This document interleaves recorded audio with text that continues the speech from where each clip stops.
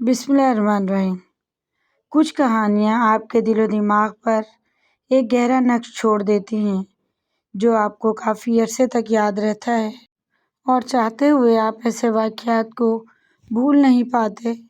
یہ دو مختلف خطوں اور دو مختلف لوگوں کی کہانیاں ہیں۔ ہم لوگ ان کہانیوں سے سبق بھی سیکھ سکتے ہیں اور اپنی زندگیاں بھی آسان بنا سکتے ہیں۔ مجھے طویل عرصہ قبل آسٹریلیا میں کسی پاکستانی کے گھر جانے کا اتفاق ہوا۔ وہ صاحب تعمیرات کے شعبے سے تعلق رکھتے تھے، عام سے کم تعلیم یافتہ انسان تھے۔ 2 شادیاں کر رکھی تھیں، ایک بیوی پاکستانی تھی اور دوسری مراکش سے تعلق رکھتی تھی۔ ہمارا مراکش کی خواتین کے بارے میں تصور ہے، یہ خوبصورت، سلم اور اسمارٹ ہوتی ہیں، جبکہ ہماری زیادہ تر عورتیں عام نین نقش کی حامل ہوتی ہیں، مگر وہاں صورتحال بالکل مختلف تھی۔ ان کی مراکشی بیگم عام نین نقش کے ناٹے قد کی خاتون تھیں، جبکہ پاکستانی بیوی گوری چٹی کشمیرن تھی۔ یہ دونوں بیگمات اوپر نیچے 2 الگ الگ فلیٹس میں رہتی تھیں۔ یورپ میں بیک وقت 2 شادیاں رکھنا غیر قانونی ہے، چنانچہ مسلمان ایک بیوی کو سرکاری کاغذات میں ڈکلیئر کر دیتے ہیں اور دوسری بیوی صرف نکاح تک محدود رہتی ہے۔ یہ لوگ عام طور پر ڈکلیئرڈ بیوی کو سرکاری اور دوسرے کو نکاحی بیوی کہتے ہیں۔ ان صاحب نے بھی اس قسم کا ارینجمنٹ کر رکھا تھا۔ پاکستانی بیگم سرکاری تھی جبکہ مراکشی بیوی نکاحی تھی۔ یہ کہانی یہاں تک عام تھی۔ یورپ میں ایسے سینکڑوں لوگ موجود ہیں اور ان کی داستان تقریباً ایک دوسرے سے ملتی جلتی ہے۔ ایک دفعہ آسٹریلیا کی خفیہ ایجنسی کو کسی طرح اس بھائی کی 2 شادیوں کا علم ہوا، تو انہوں نے مستری کے گھر میں اچانک چھاپا مارا۔ شوہر کے پاس سوچنے کا بہت کم وقت تھا کہ اس صورتحال سے کس طرح نکلا جائے۔ اس نے اپنی مراکشی بیوی کو کمرے کے اندر چھپا لیا، ایک ٹیڈی بیئر کی کھال کے اندر بیوی کو چھپا کر کمرے کے کونے میں کھڑا کر دیا۔ اس طرح وہ آدمی اس معاملے میں تو بچ گیا، مگر اصل کہانی اس سے آگے آئے گی۔ میں اس خاندان میں چند چیزیں دیکھ کر حیران رہ گیا۔ خاندان میں مراکشی بیوی کو مرکزی حیثیت حاصل تھی۔ وہ پورے خاندان کی سربراہ تھی۔ وہ صاحب، ان کی پاکستانی بیگم اور بچے سب مراکشی خاتون کی بے انتہا عزت کرتے تھے۔ پاکستانی بیگم مراکشی خاتون کو آپا اور پاکستانی بچے اماں کہتے تھے۔ پاکستانی بیگم کی سب سے چھوٹی بیٹی مراکشی بیگم کی گود میں بیٹھ کر اس کے ہاتھوں سے کھانا کھاتی تھی۔ بڑے بچے یونیورسٹی جاتے تھے، لیکن وہ بھی سوتیلی ماں سے پیار کرتے اور دل سے اس کا احترام کرتے تھے۔ پاکستانی بیگم اپنے ہاتھ سے اپنی سوتن کو وضو کراتی، اس کے لیے جائے نماز بچھاتی تھی۔ وہ صاحب بھی دوسری بیگم پر بار بار نثار ہوتے تھے۔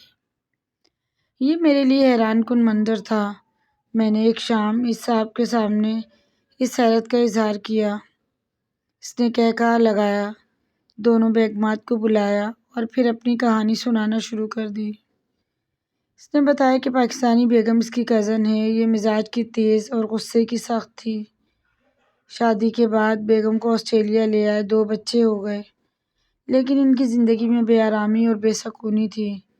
یہ سارا دن کام کرتے، شام کے وقت گھر آتے تو بیگم کی کلکل شروع ہو جاتی۔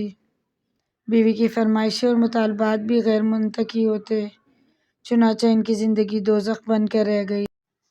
یہ روز آتے جاتے راستے میں ایک کافی شاپ پر رکتے تھے۔ ان کی دوسری بیگم اس کافی شاپ میں کام کرتی تھی۔ وہ روز خاتون کو دیکھتے۔ خاتون کی آنکھوں میں حیا اور لہجے میں شائستگی تھی۔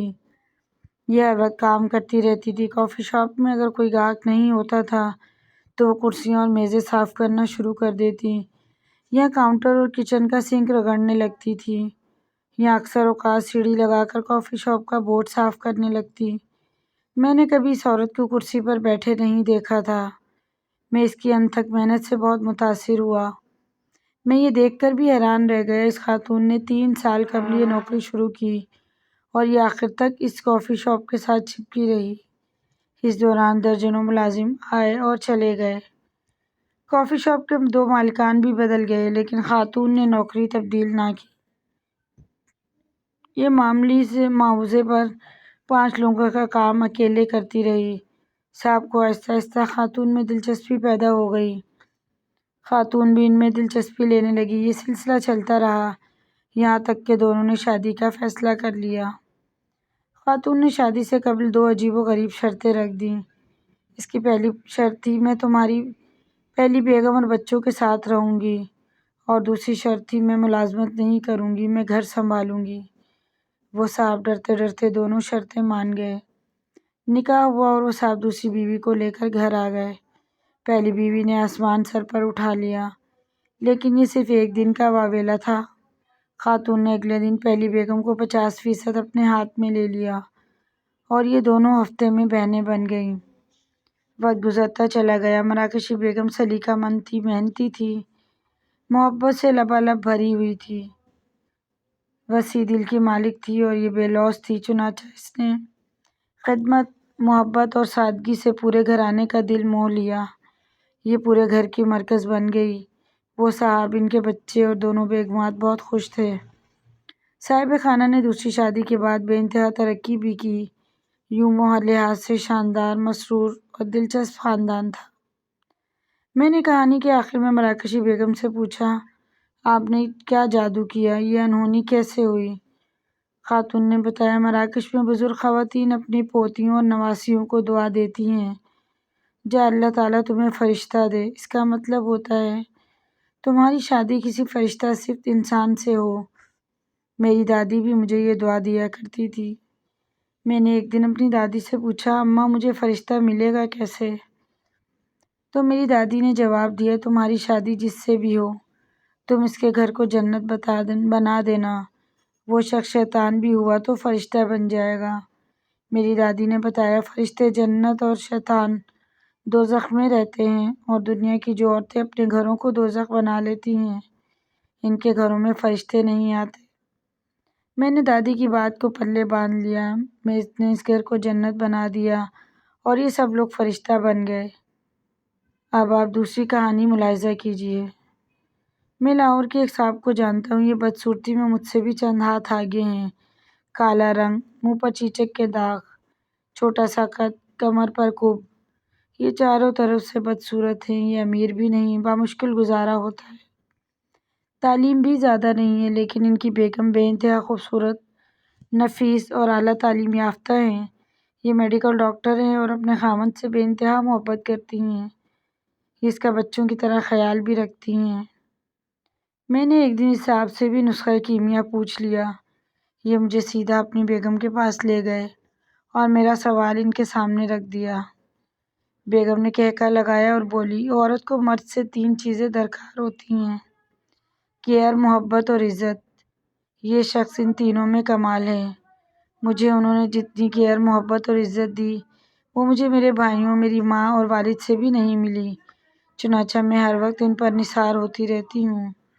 میں نے حیرت سے اس صاحب کو دیکھا۔ ان سے پوچھا، آپ نے یہ نسخہ کہاں سے سیکھا؟ یہ مسکرائے اور بولے، دنیا کا ہر مرد حور کو اپنی بیوی دیکھنا چاہتا ہے، لیکن وہ یہ بھول جاتا ہے، حوریں شیطانوں کو نہیں ملتی، انسانوں کو ملتی ہیں۔ آپ خود کو انسان بنا لیں، آپ کو دنیا میں بھی حوریں مل جائیں گی، اور آپ آسمانوں پر بھی حوروں کے درمیان رہیں گے۔ یہ خاموش ہو گیا۔ میں نے اس سے پوچھا، اور انسان کون ہوتے ہیں؟ فرشتے اللہ تعالیٰ کی مقدس ترین مخلوق ہیں، لیکن اللہ تعالیٰ نے اس مقدس ترین مخلوق سے انسان کو سجدہ کرایا۔ کیوں؟ کیونکہ انسان کے پاس انسانیت کا جوہر تھا، اور یہ وہ جوہر ہے جس سے فرشتے بھی محروم ہیں۔ اگر انسان زندگی میں انسان بن جائے تو فرشتے ہمیں دوبارہ سجدہ کریں گے۔ میں نے اپنے وجود میں چھپی انسانیت کو جگا لیا۔ چنانچہ اللہ تعالیٰ نے میرا گھر اس حور کی روشنی سے بھر دیا۔ میں چیلنج کرتا ہوں، دنیا کا کوئی شخص اپنے اندر موجود انسانیت جگا کر دیکھے۔ اس کی بیوی خواہ کتنی ہی بوڑھی، ان پڑھ یا بدصورت ہوگی، وہ حور بن جائے گی۔ وہ اس کا گھر روشنی سے بھر دے گی۔ یہ ایک حقیقت ہے جس کو جھٹلایا نہیں جا سکتا۔ اگر ایک خوبصورت بیوی کو بولنے کا سلیقہ ہی نہ ہو تو ایسی خوبصورتی کا کیا فائدہ؟ اصل حسن آپ کے اخلاق میں چھپا ہوا ہے، جو تمام جسمانی عیبوں پر پردہ ڈال دیتا ہے۔ مزید اچھی ویڈیوز کے لیے چینل کو ضرور سبسکرائب کریں۔ ویڈیو پسند آئے تو لائک، شیئر، کمنٹ کیجیے۔